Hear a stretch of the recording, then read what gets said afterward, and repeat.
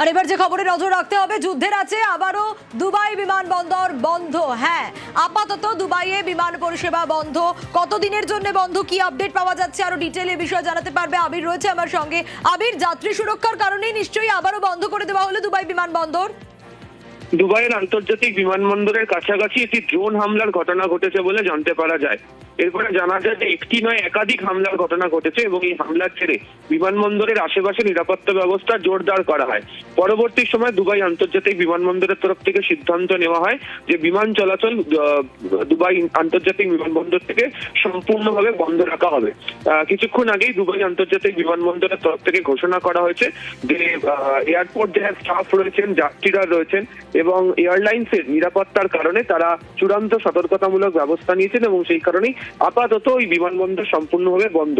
কবে থেকে পুনরায় বিমানবন্দর চালু করা হবে সে বিষয়ে এখনো পর্যন্ত নির্দিষ্ট করে জানানো হয়নি।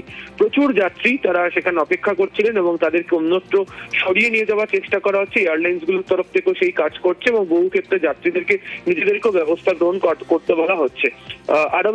সংযুক্ত আরব আমিরশাহী যে জাতীয় বিমান সংস্থা রয়েছে এমিরেটস, তাদের তরফ থেকে জানানো হয়েছে যে দুবাই থেকে এবং দুবাইগামী যে সমস্ত ফ্লাইট ছিল সেগুলোকে তারা বাতিল করছেন এবং নিরাপত্তাজনিত কারণে পরবর্তী নির্দেশ না আসা পর্যন্ত দুবাইয়ের জন্য বা দুবাই থেকে উড়ে যাওয়া অন্য কোনো জায়গার জন্য যে নির্ধারিত ফ্লাইট ছিল সেগুলোকে সমস্ত কিছুকে স্থগিত রাখা হয়েছে। তুমি জানো যে কিছুদিন আগেই প্রায় 113 ঘন্টা কাছাকাছি সময় জুড়ে একাধিক বিমান বাতিল করার ঘটনা ঘটছিল এবং আজকে কিছুক্ষণ আগেই দুবাই আন্তর্জাতিক বিমানবন্দরের তরফ থেকে জানানো হয়েছে যে আপাতত সমস্ত পরিষেবা সেখান থেকে বন্ধ করে দেওয়া হলো। বেশ আবির, आप देख सकते हैं न्यूज 18 इंडिया पे एक्सक्लूसिव किस तरीके से एयर डिफेंस सिस्टम जो है वो यहाँ पे काम कर रहा है। मेरे सामने वॉर जोन में न्यूज 18 इंडिया की टीम है रियल ग्राउंड